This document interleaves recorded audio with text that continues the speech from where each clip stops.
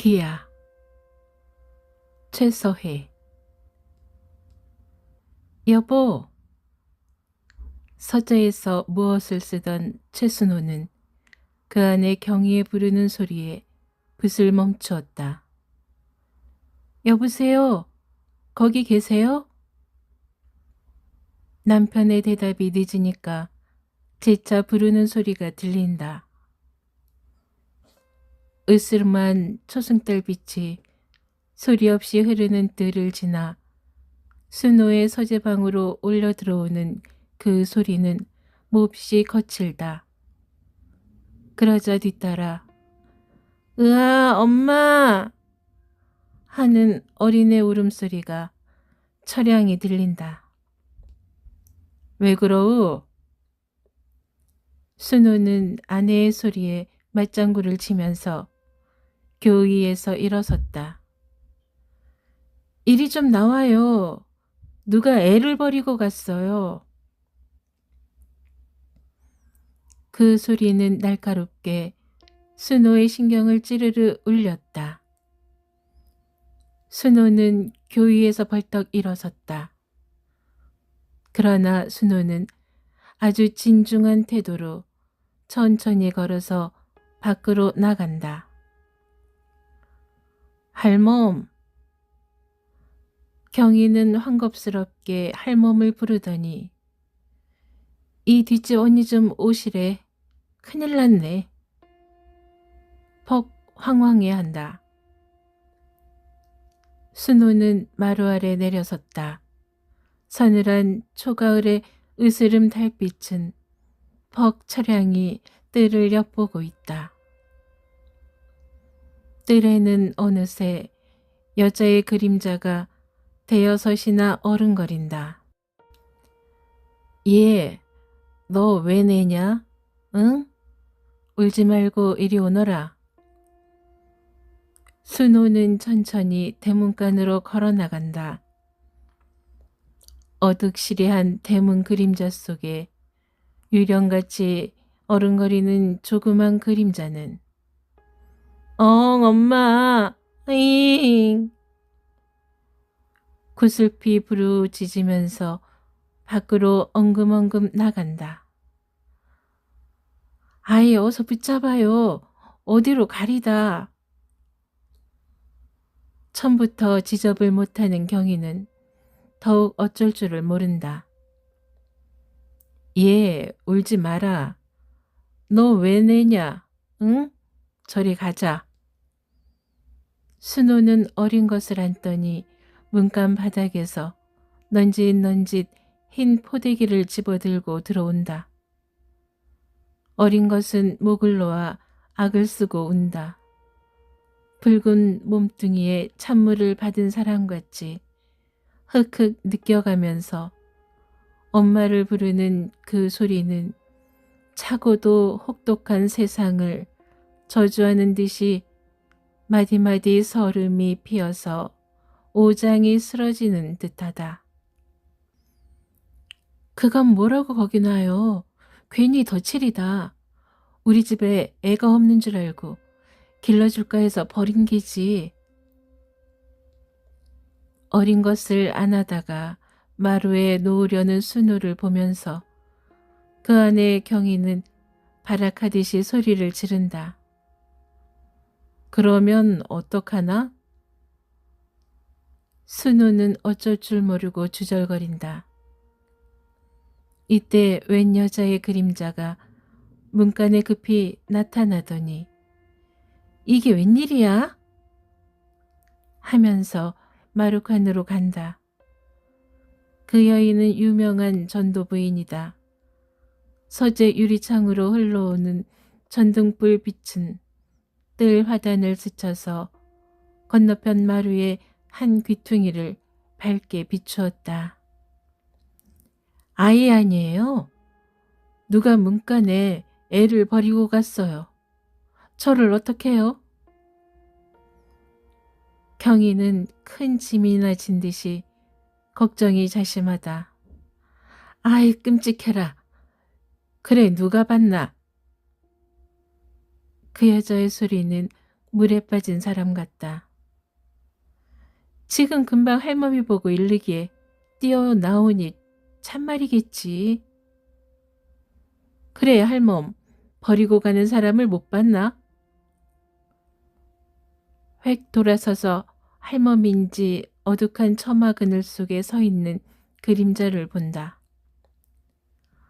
아, 지금 막 나가려는데 문간에서 울음소리가 나갔지요. 그래 뛰어가 보니 왜 내가 포대기 속에 꾸물럭꾸물럭 하면서 어찌 무서운지 누가 두고 갔는지 애구 끔찍도. 할멈은 기가 막힌 듯이 서도 없는 말을 늘어놓는다. 망할 년놈들 같으니라고 제 자식을 버리다니. 그 여인은 혼자 소리같이 내었다. 그런데 이를 어쩌나? 울기만 하니. 순호는 마루에 놓고 걱정한다. 글쎄 저것을 마루에 놓으면 어쩐단 말이오. 경이는 발을 동동 구른다. 울지 마라. 언니란 여자는 애를 향해서 표독히 소리를 지른다. 어린 것은 회피기 어려운 권력 아래서 행여나 구호자를 바라보듯이 두리번 하면서 폭포같이 쏟아져 나오던 울음을 흑흑 꺾어 그친다. 끔찍하다. 자식을 버리다니.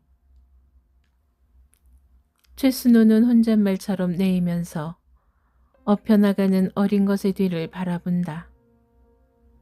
수수하던 마당 안은 잠깐 새의 무거운 침묵에 지배되었다. 달은 어느새 서산에 걸려서 서쪽 집 그림자가 마당을 흐리었다.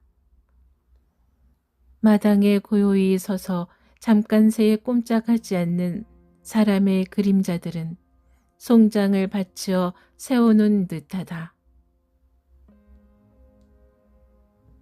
차고도 혹독한 세상을 마디마디 저주하듯이 할멈에게 업혀가면서 지르는 그 쥐어짜내는 듯한 어린애 울음소리는 점점 멀리 들리다가 쓰러졌다. 그러나 여러 사람의 눈과 귀에는 그 어린 것의 참혹한 형상과 애처로운 소리가 그저 남아있었다. 엄마, 밥 주. 금년에 4살 나는 학범이는 또 조르기 시작한다. 벌써 새끼나 굶은 학범 어미는 배가 고프다 못해 이제는 배만 허물어지고 걸으려면 다리가 부들부들한다. 밥? 밥이 웬 밥이냐. 학범 어미도 처음에는 그 아들의 입술이 마르고 배가 등에 붙는 것을 보든지 그 남편이 빈 지게를 걸머쥐고 어두워서 추들추들이 들어오는 것을 보면 가증스럽기도 하고 안타깝기도 하여 소리 없는 설움에 흐르는 줄 모르게 눈물이 때묻은 옷깃을 적시더니 그것도 너무 여러 번이니 이제는 시들하다. 시들하다는 것보다 극도의 빈궁으로 일어나는 아기 머리 끝까지 바싹 올라서 만사의 화만 부렁부렁 나고 아무것도 귀찮았다. 응, 엄마 밥 줘. 응, 엄마. 그 소리는 억지로 짜내는 소리 같다. 퍽은 못 견디게 군다. 그러나 그도 저도 할 수 없는 것을 생각할 때 저주와 분엄만 가슴에 바싹바싹 치밀어서 이 꼴 저 꼴을 다 안 보도록 깡그리 없애버리고 싶은 심사가 또 치밀었다. 아침에 나간 남편이 해가 저물도록 들어 안 올 적에야 수가 뜨이지 않아서 벌벌 매노라고 그런 줄을 번연히 알면서도 남편이 원망스럽고 밉살스러웠다. 김철호는 오늘도 새벽에 빈 지게를 등에 붙이고 문 안에 들어왔다. 광화문 밖 움집으로 온으로 이것이 그의 매일 하는 일과이다. 그는 백가죽이 착 달라붙은 등에 지게를 얹고 정거장으로 큼직한 객주집으로 종로로 짐을 얻을까 해서 싸대었다. 자기는 애달아서 다니건만 한 사람도 아른 척하지 않는다.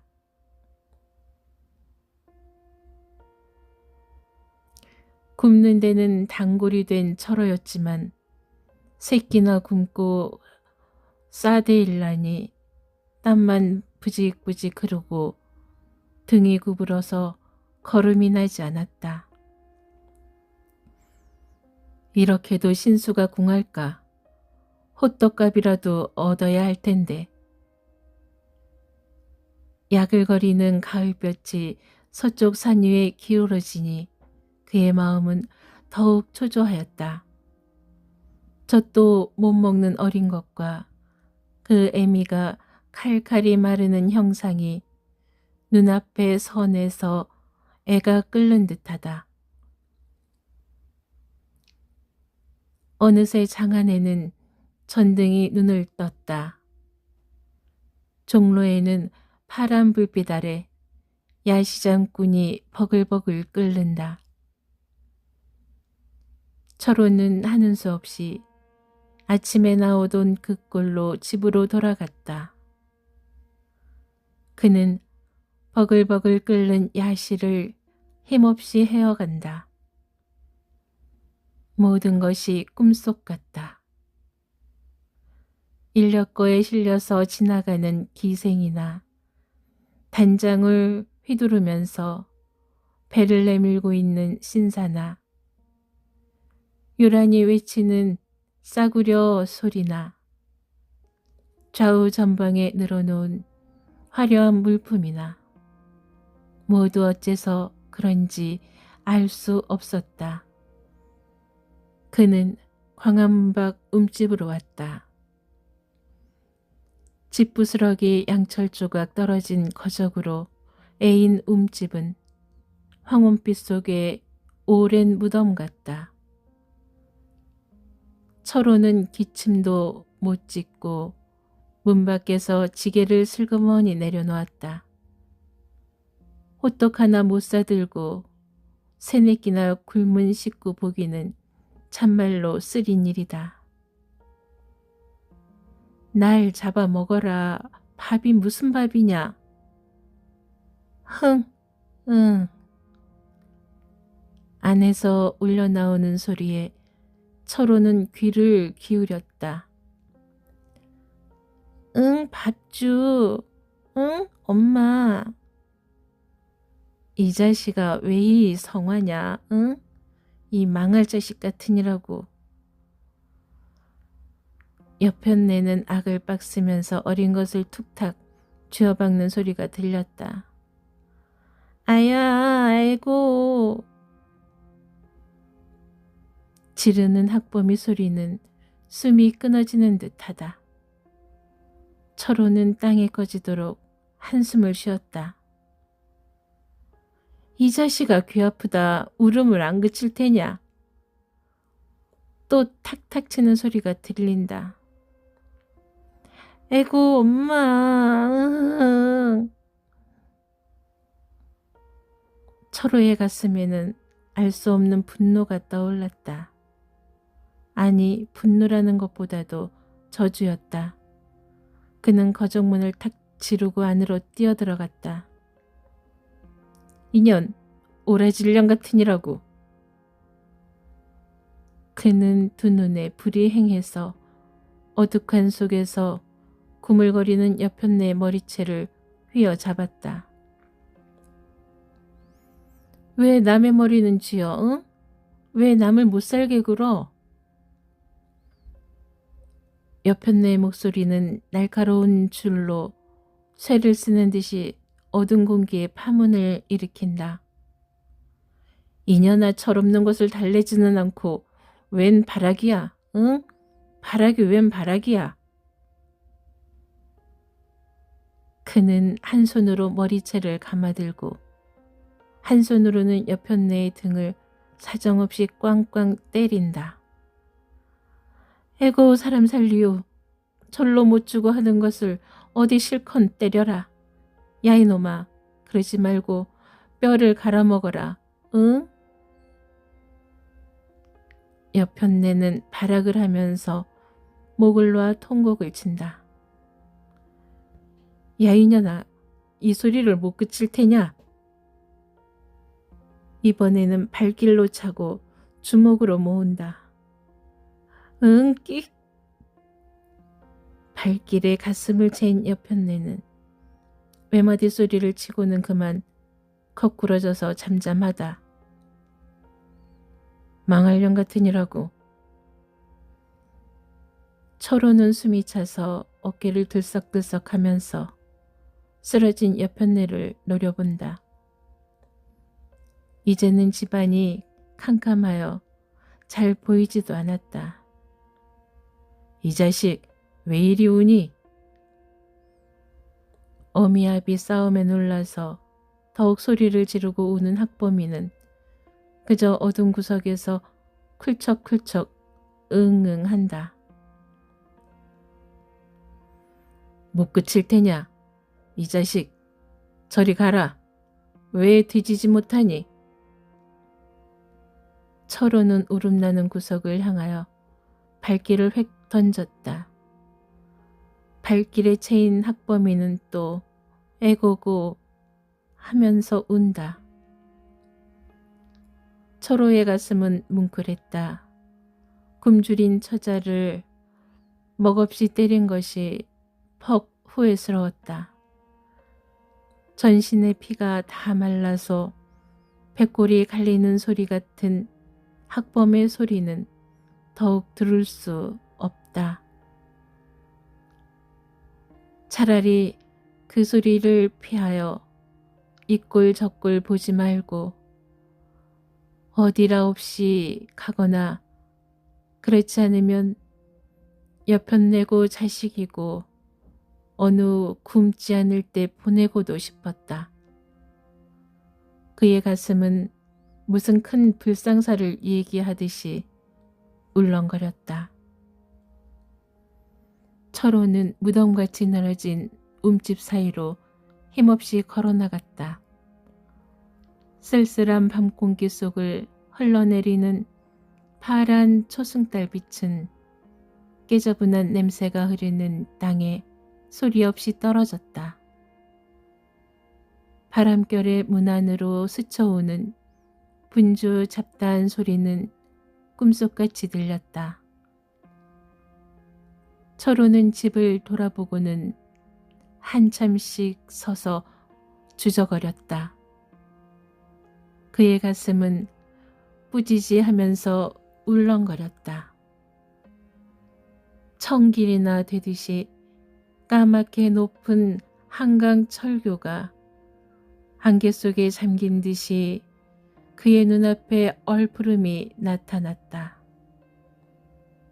따라서 졸음이 올 듯이 그물그물 고요히 흐르는 강물도 보였다. 커다란 집 대문간도 그의 머리에 언뜻 떠올랐다.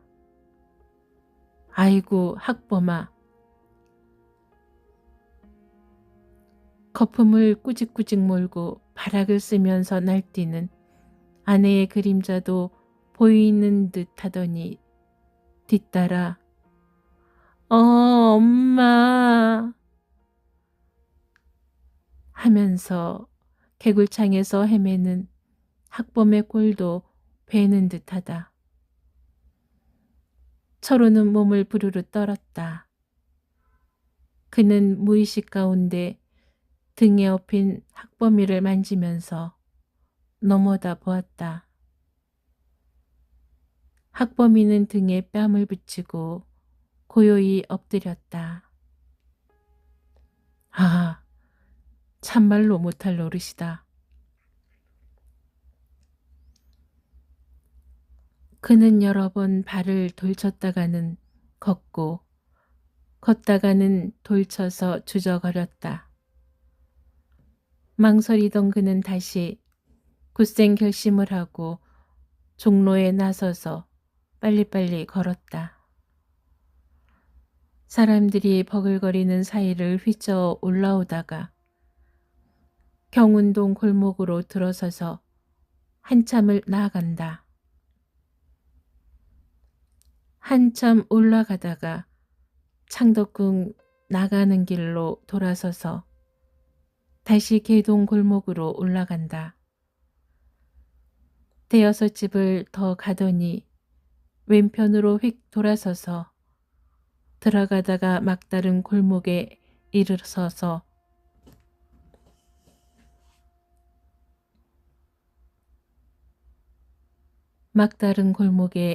이르러서 떡 섰다. 그의 앞에는 커다란 대문이 호기롭게 서 있다. 철호는 이리 기웃 저리 기웃 기웃거리다가 슬그머니 문간에 들어섰다. 들어서는 바람에 팔에 다쳐서 문소리가 삐걱할 때 그의 가슴은 덜컥하였다. 그는 무서운 동굴에 들어선 사람처럼 가만히 서서 엿들었다. 안에서는 청량한 여자들 웃음이 흘러나온다. 그는 한숨을 화하시면서 학범위를 싸워본 포대기 끈을 끌었다. 그는 무엇을 채가지고 뛰는 도적놈 모양으로 자는 학범위를 포대기째 문간에 내려놓고 문 밖에 뛰어나왔다. 무엇이 두 팔을 꽉 잡는 것 같아서 자빠질 듯 하였다. 문 위의 환한 전등은 노염이 그득한 눈을 부릅뜨고 꾸중을 내리는 듯 하였다. 철호는 허둥지둥 개동 골목을 빠져나왔다. 아빠! 피 터지게 부르는 학범의 소리가 귀에 들리고 낯이 파랗게 질린 학범의 꼴이 베이는 듯해서 그는 앞이 캄캄하였다. 더구나 아이고 내 학범아, 학범아, 아이고 하느님 앞소사, 내 학범이를 내놔라 하고 미쳐 뛰는 아내의 그림자를 상상할 때 온몸의 피가 막 끓어오르고 오장이 빠직빠직 끊겨서 그의 발이 차마 집을 향하고 걸어지지 않았다. 처음 학범을 업고 집을 나설 때에는 학범을 한강에 집어넣으려고 하였다. 기구한 자기 앞에서 굶주리는 것보다 어서 없어져서 후생에나 잘 살게 되면 하는 마음으로 그리었으나 어린 그 목숨을 끊기는 철호의 양심이 아직도 허락지 않았다. 응, 됐다. 어느 잘 살고 애 없는 집에다가 버렸으면 걷어주겠지. 돌이켜 생각하고 그는 개동으로 온 것이다. 그 집은 인후하기로 유명한 XX 학교장 최순호의 집이다. 철호는 이 집 짐을 여러 번 져서 그 집에 애 없는 것을 잘 알았다. 그러나 4살이 다 먹도록 기른 자식을 버리고 나오게 되니 디디는 자국자국에 학범의 원한의 눈물이 괴는 듯해서 차마 발이 떨어지지 않았다. 이놈, 짐승도 자식을 사랑하는데 이 도적 같은 놈아. 머리 위에서 무엇이 꾸짖으면서 벼락을 내리는 듯할 때 그는 알 수 없이 부르르 떨면서 발을 돌렸다. 그러나 학범을 찾아가자니 또 발이 떨어지지 않는다. 호떡을 사주마 하고 업고 온 학범을 다시 그 무덤 속 같은 데 데리고 가서 굶길 일을 생각하니 진저리가 난다. 벌고 벌고 뼈가 빠지도록 고생하여도 열흘이면 절반을 더 굶는 자기 앞에서 굶겨 죽이는 것보다 나으리라고 믿었다.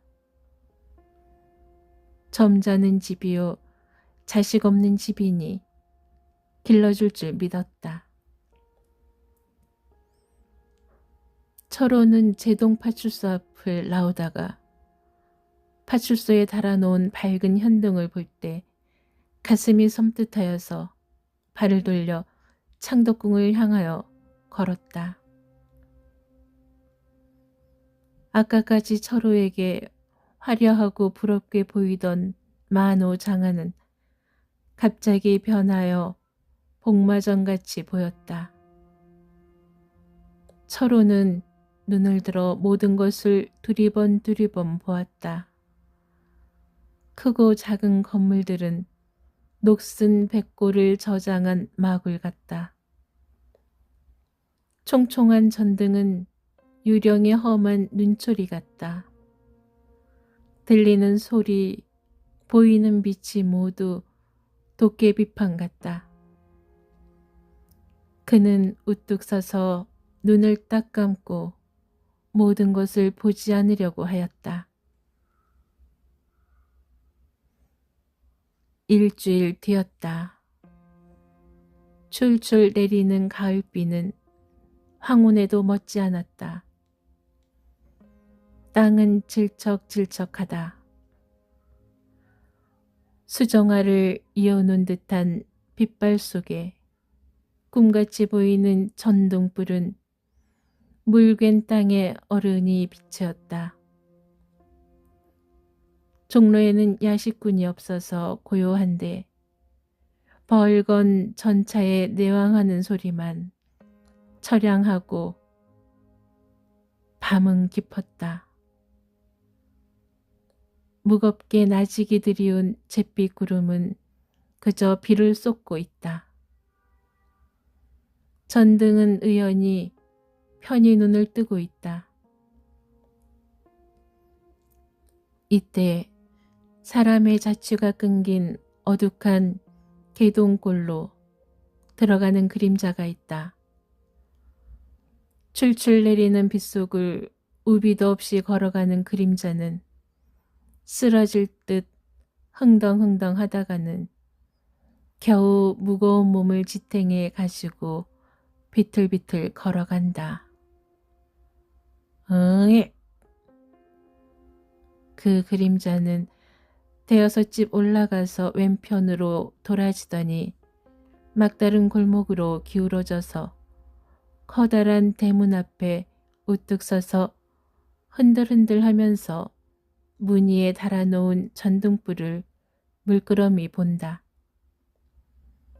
낯빛은 벌겋게 되고 두 눈에서는 술이 줄줄 흘러나오도록 취하였다. 불빛을 받은 전신은 비에 후줄근히 젖어서 물에 빠진 쥐같이 되었다. 어깨며 궁둥이에는 검은 흙이 철썩철썩 묻었다. 저놈이 나를 봐? 그는 전등을 뚝 부릅뜨고 보면서 혀가 굽은 소리로 웅얼거린다. 사면은 고요하다. 이놈아, 보면 어쩔 테냐? 에이.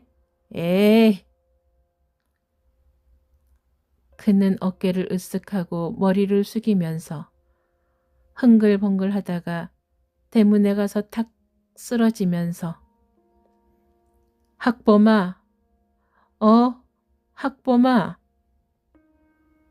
고함을 친다. 그 소리는 송아지 부르는 암소 소리같이 흐리고 애처로웠다. 이놈의 문이 정 이 모양이야. 그는 어정어정 문을 잡고 일어서서는 쿵쿵 때리면서 학범아, 내가 왔다. 너가 보고퍼, 내가, 말끝은 울음에 젖었다. 이거 누가 이해하다니요? 안으로 톡 쏘는 듯한 여자의 음성이 들려나왔다. 문 좀 열어 주. 이? 학범이 보러 왔소. 보여주긴 뭘 보여주어. 어서 가. 그건 뭘 그러고 있어요. 밀어내지 않고. 안으로서 쫑알쫑알 짓거리는 여자는 화가 나는지 안대문을 달깍 열고 방긋이 내다본다. 밀어내요. 할멈, 이리 오게. 최순호와 할멈은 그 주정꾼을 끌어서 질척한 대문 밖에 내놓고는 털컥 문을 잠근다. 에구, 내 학범아, 네 엄마는 갔다. 휘나리마님, 학범을 한 번만 보게 해주셔요. 전신에 흑투성이가 된 그자는 또 벌컥 일어나더니 대문을 탁 밀친다. 에그머니. 잠그려는 대문이 탁 열리는 바람에 안에 섰던 여자는 주춤한다. 학범아, 내가 왔다. 학범이 좀 보여주어. 응? 내 학범이. 그자는 주인 내외와 할멈이 주워받고 내밀치는 것도 상관치 않고 안으로 뛰어들어간다. 에그, 저를 어째. 웬 주정꾼이 저 야단이야. 마당으로 뛰어들어가는 그자의 억센 팔에 밀치어서 뒤로 물러서는 주인 내외는 난리나 만난 듯이 몸을 부르르 떨었다.